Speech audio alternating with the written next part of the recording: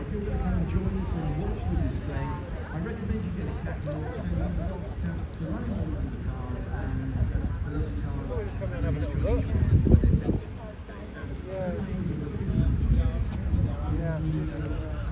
Pleased for the expertise they bring in classifying the different cars here and deciding on the day which ones will come away with some recognition by way of an award. So the first car is getting ready to drive down the causeway and onto the red carpet. Fantastic. Let me tell you something about Vauxhall. Vauxhall, we know Vauxhall, Vauxhall Astra, Vauxhall Cavalier, Vauxhall Carlton. The Vauxhall brands of the 1970s and 80s we all know, but little did you know Vauxhall predates Rolls-Royce. It predates Rolls-Royce. Founded in 1903, the first car ever made, the Vauxhall Ironworks actually dates back to 1857. These were fantastically robust cars. 1923, this is a 103-year-old motor car. So if you stop here, Peter. So this gives the judges time to appraise the car. We're seeing it working, a customary plume of burning smoke out the back. That's what we expect to see. Thin tyres.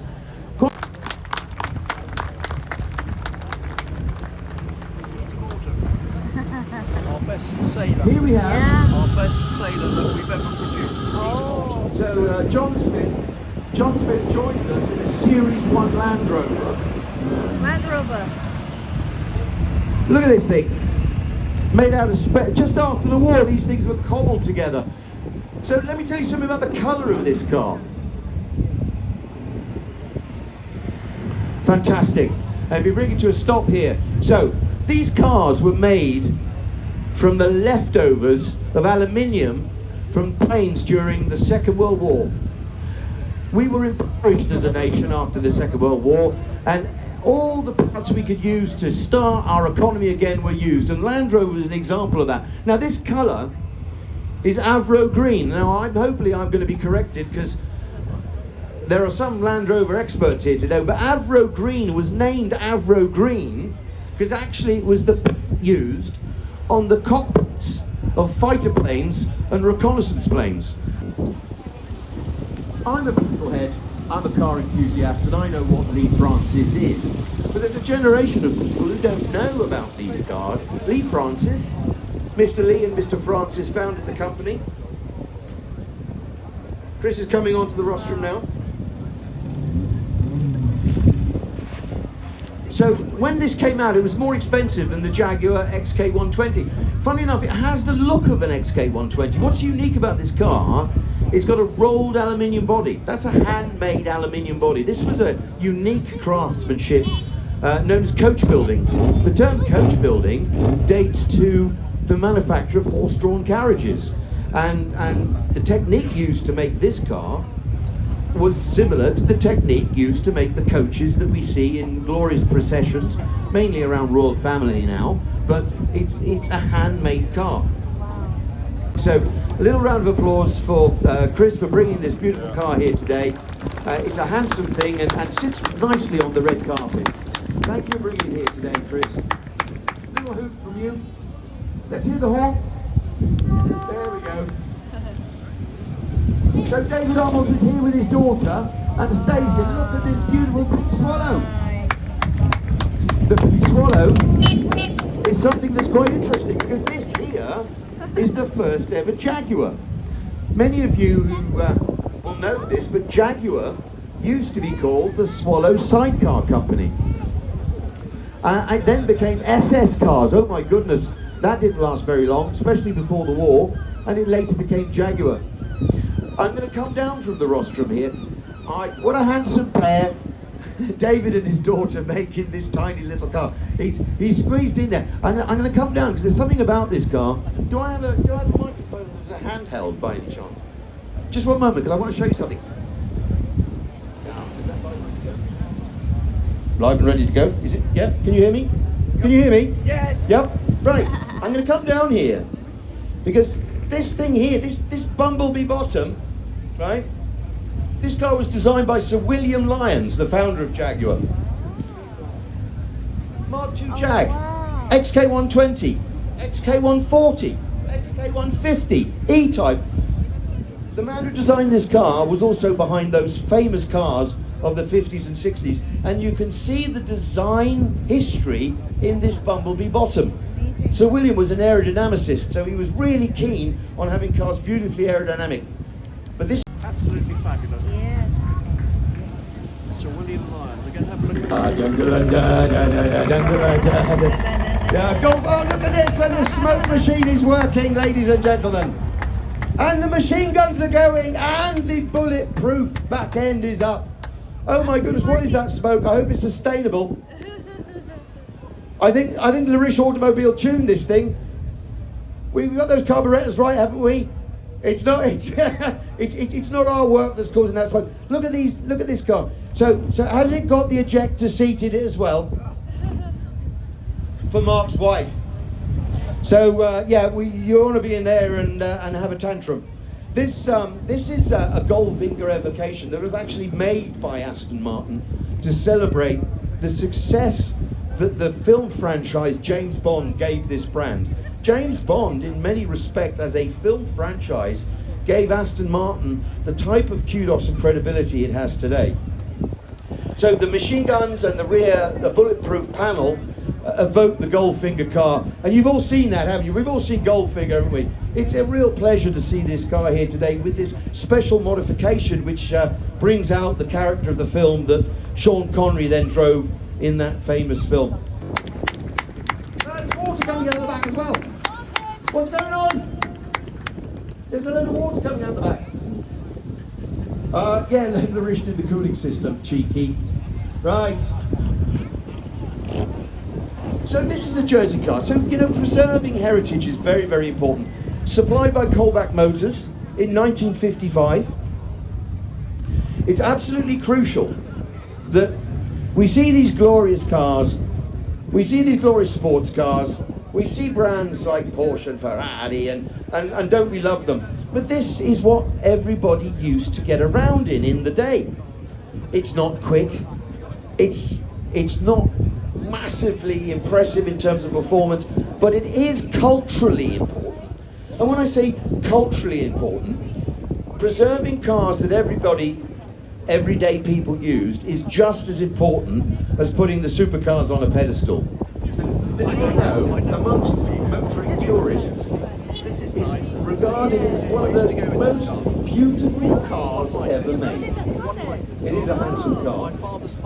The Dino was also the name of the founder of Ferrari's son. So Enzo Ferrari's son was called Dino. He sadly passed away early, and a number of the great cars in the Ferrari stable were named after Enzo's son.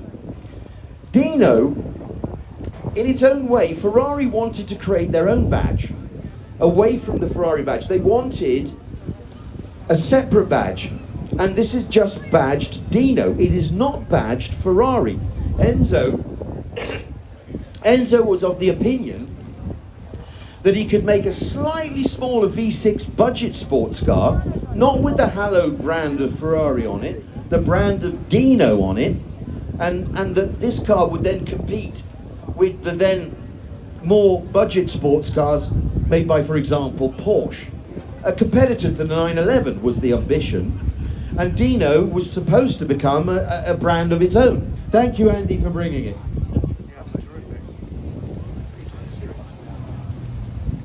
Right, so we have the Fiat 1.6 Yes. Oscar Cabriolet. Oscar was Maserati's racing brand name. So this has been breathed on by Maserati. This was a collaboration with Maserati, and you can see some of that in the design of the front, the bonnet scoop. And what they did was, in the way of AMG, in the way of M-Technic to BMW, in the way of Alpina to Renault, Oscar was like a tuning house. In the day, people wanted their cars with a bit of performance, and as the world got more affluent, cars started to evolve where options were given, almost like a boutique menu where you could actually get something with a lot more speed, performance, a handling pack. This was a 100 horsepower car. The Cabriolet, Bruce's car, very, very pretty. Who's seen the film Le Mans 66? Le Mans 66, have you seen that film all about how Ford took on Ferrari? Well, it was Carroll Shelby. It was Carroll Shelby that created the GT40. Now we're going to have one of those here. This is a real AC Cobra. Oh, Ian's on board with Jonathan. Oh, hang on. If there's a bit of noise, I'll have some of that.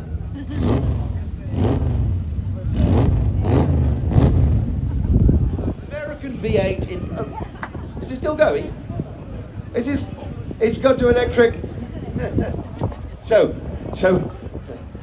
American V8 paired with the British AC car, okay, then to be known in America as the AC Cobra. So Carroll Shelby was a genius constructor, and the AC has probably been one of the first cars ever thoroughly copied by multiple remanufacturers because its elegance and style made it something that everybody wanted to own, but they were so rare that a real one was often beyond the reach.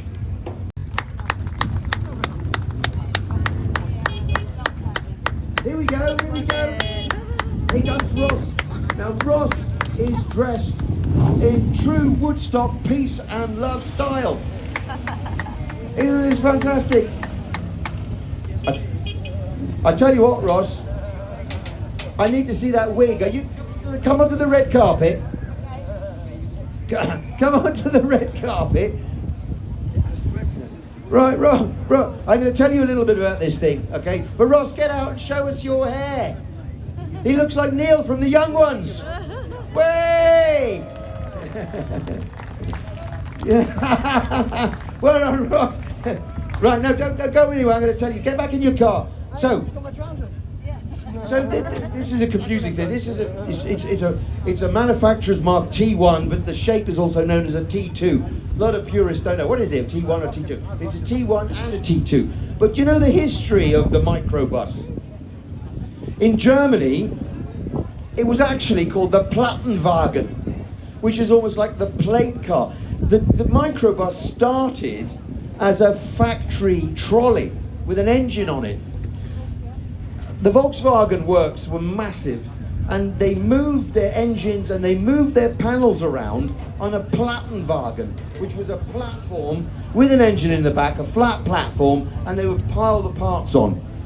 A little bit on the horn, and a round of applause for the Type 2 microbus in hippie style. So, we have the Kiefer, the Beetle, design. So Adolf Hitler, okay, this is just history, nothing else. Adolf Hitler wanted a people's car, and he engaged one of the greatest engineers in the world, Dr. Ferdinand Porsche, the designer of Porsche, to design the Beetle. I'm going to tell you something, okay, about Beetle, because this is just remarkable. If you include the production that was made in Mexico up to the mid-80s, right? 25 million Beetles were made. 25 million Beetles. If you put 25 million Beetles end to end, they would go round the world twice.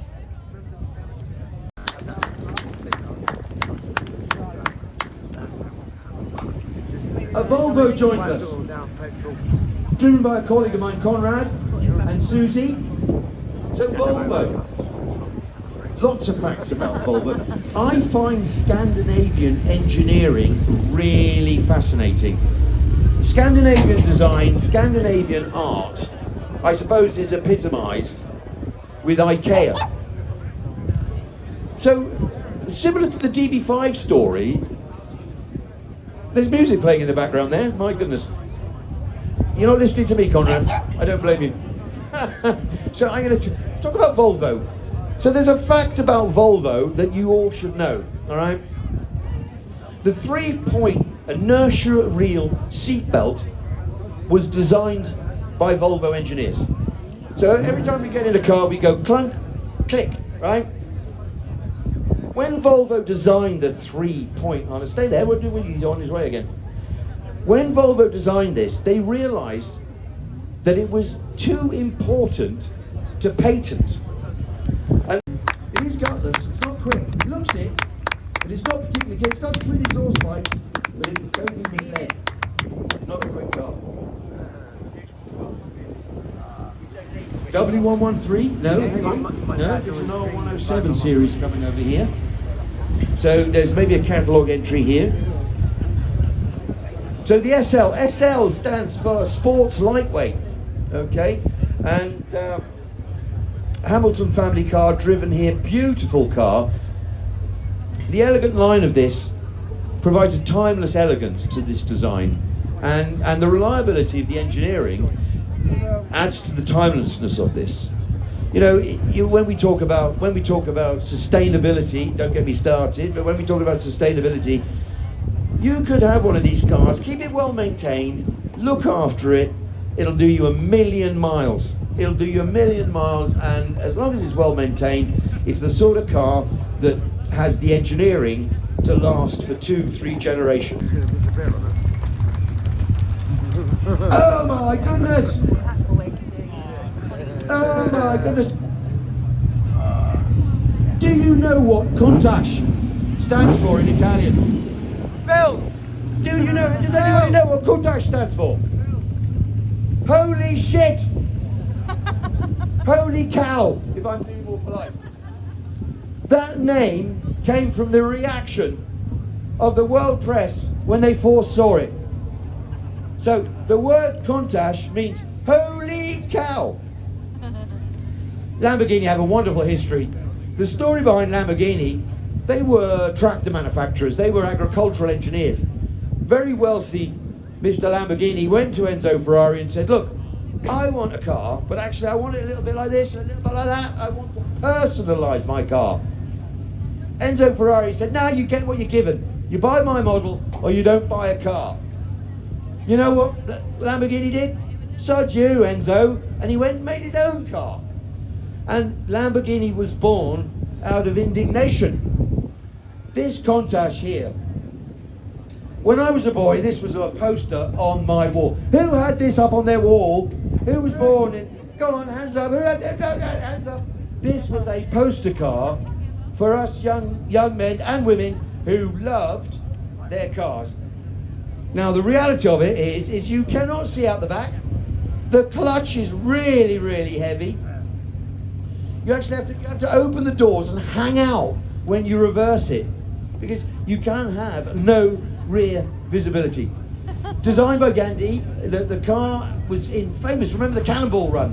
What a famous film. Wow.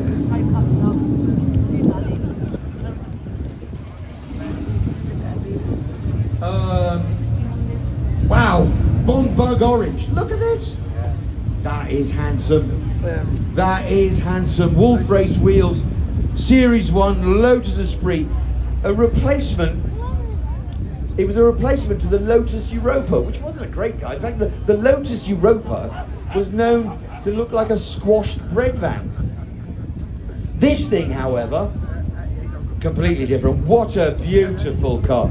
The submarine car. So it's amazing how James Bond keeps coming round and round. But this was Roger Moore's submarine car. So you can remember the wheels were retracting. It went into the sea, and I can remember him driving out at a beach in Saint-Tropez and then depositing a fish out the window as he drove onto the beach in that iconic film. They had one of these. Look at the Daytona. This is a beautiful car.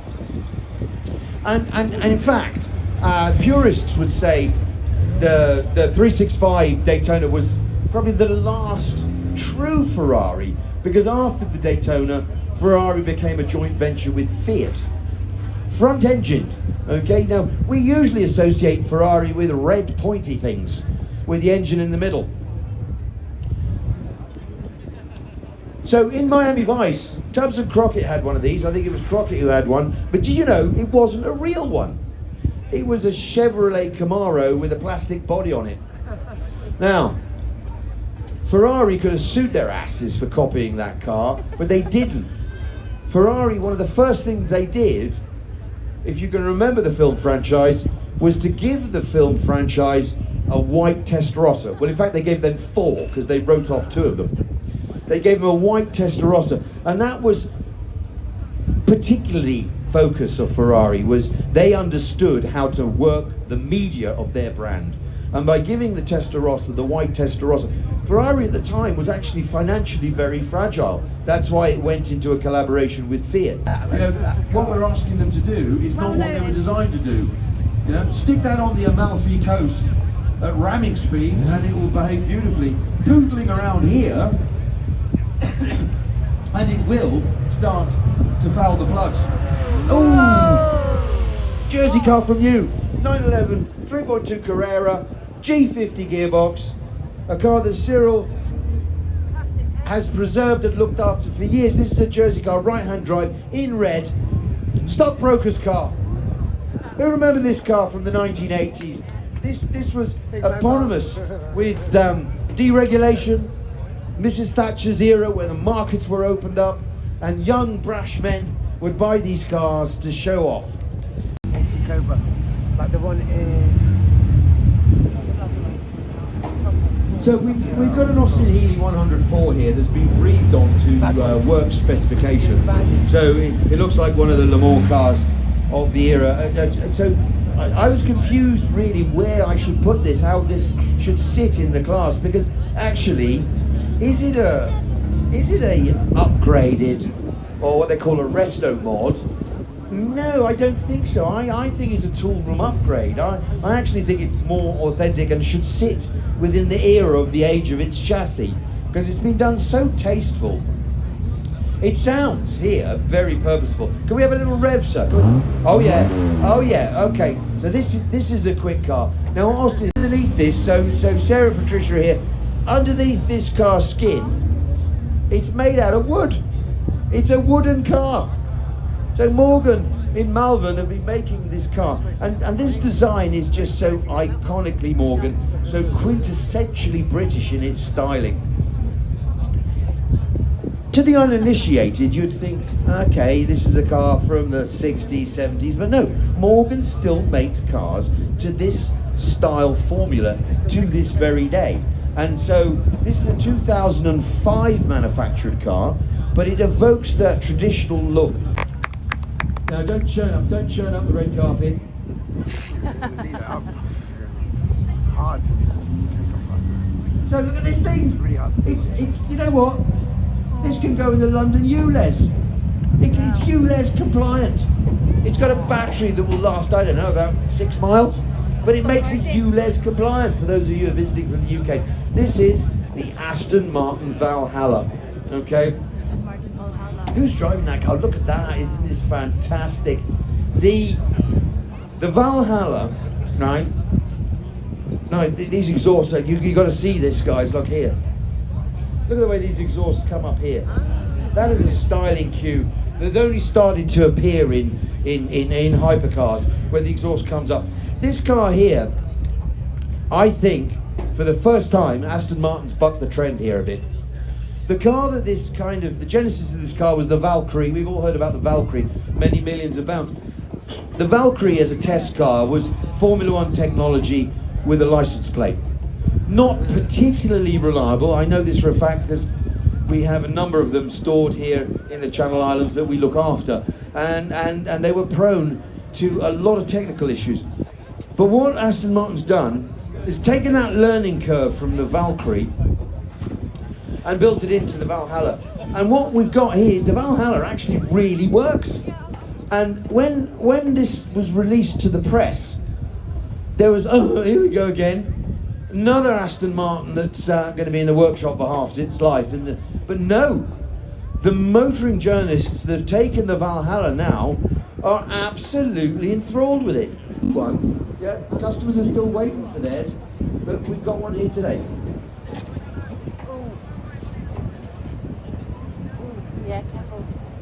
Well, this car doesn't need much of an introduction, my goodness.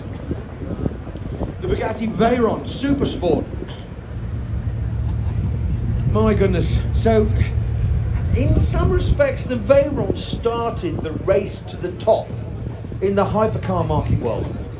So the race to the top being thousands of horsepower, top speeds that only fighter pilots could deal with.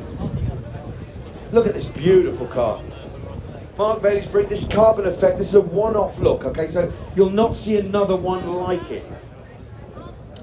So 260 miles an hour, okay? 260 miles an hour. At that speed, most of us can't handle it.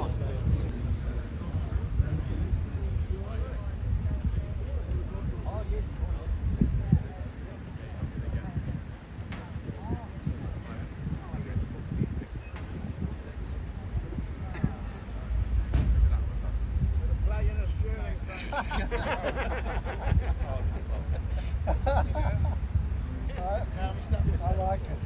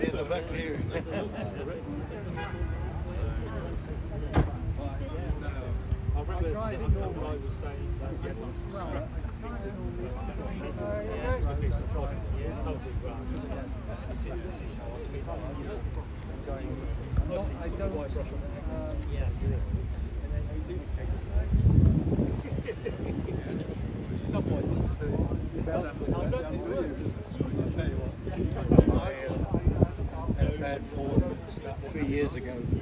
I played golf down at Royal Jersey, and there's a par from one hole to tee on the next. That's what you saw. Yeah. Stones tile. I played sports Jersey, hit the ground. My hand, and my hand.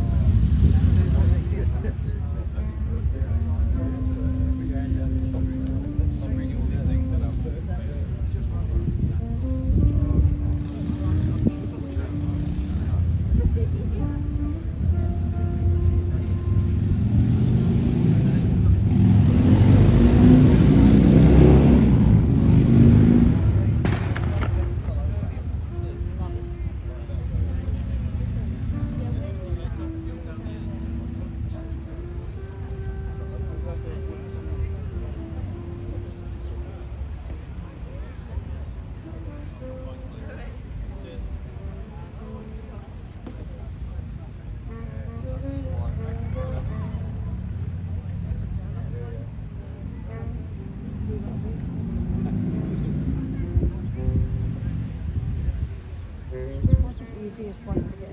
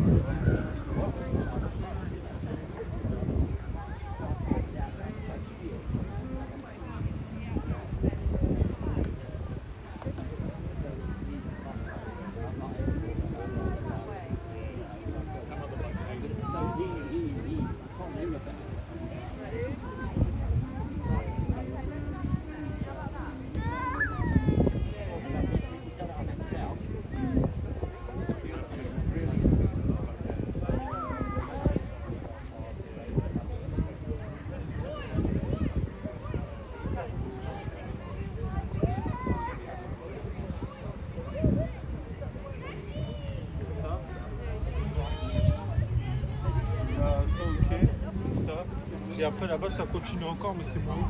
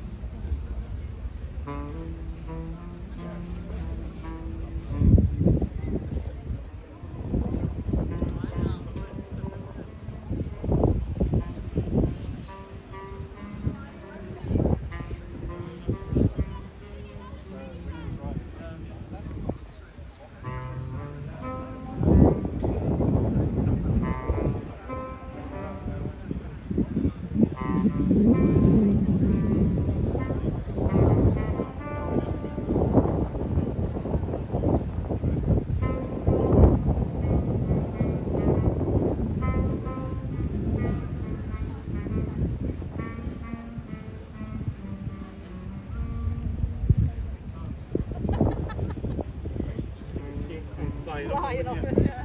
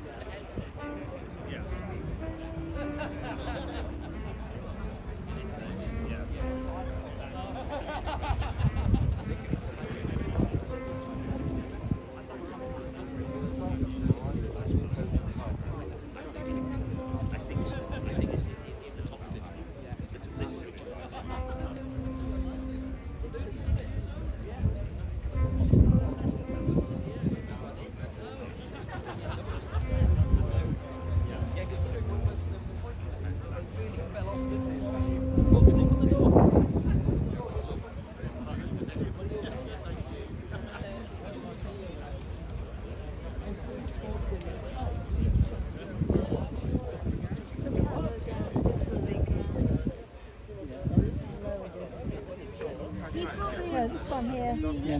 You've only seen it.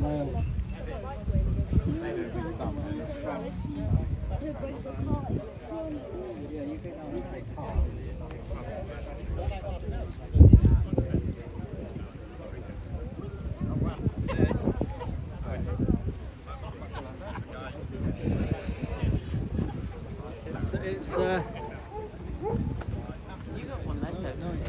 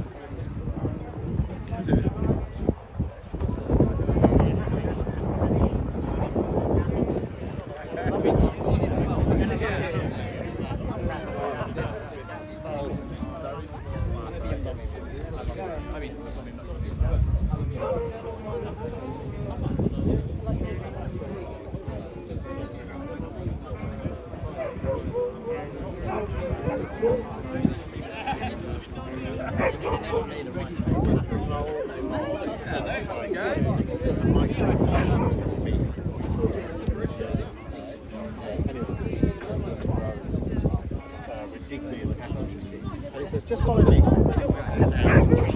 Down to just follow me. Yeah, just follow me. And he just drives on. And he had no business.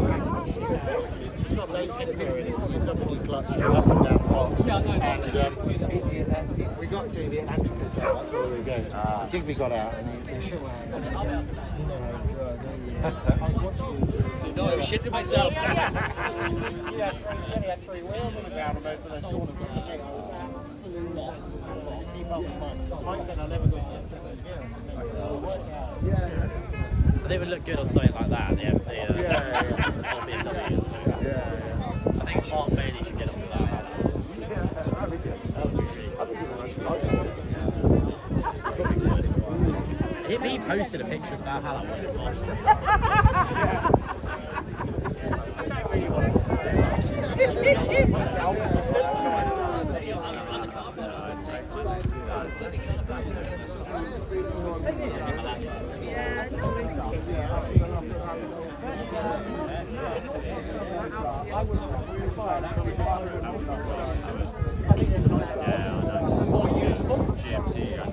Yeah, just under 1,000 horsepower. The electric engine doesn't have the storage like it doesn't have a reverse gear. You put that in a reverse, and electric motors from the front wheels, so you can have your electric. Ladies and gentlemen, this is These are assigned to this model because this is our set to those of you who have come to enjoy seeing these cars. carbon fork wheels. There's a feature I also have The vintage one's cars over there. I even on the thing. It's from the start there. They're all the But even there's even the vintage ones that there, but I think there's different. when we start history piece, when we start looking at each individual car as it drives the causeway. So please feel welcome to come and sit on the feature here, which is looking down to the base of the market. Please feel free to come and sit here and enjoy the show. Another half an hour, ladies and gentlemen, the event will start. And I know. hopefully we'll learn some exciting facts about the cars. Thank you, everybody.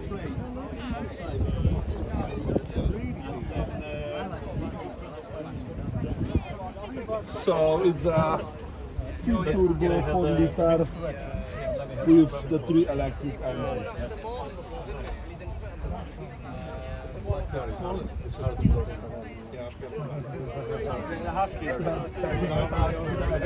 For a long time. Machine polished. And I haven't finished them off. You look at them and it's like, oh I know, right? Look around and you think. they blame it on the cloth.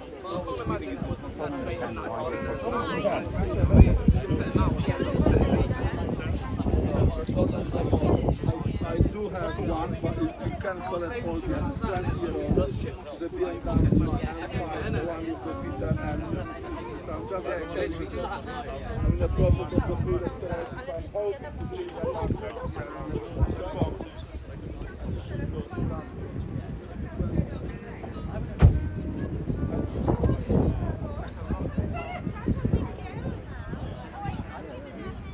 I mean, don't get me wrong, these are all come up against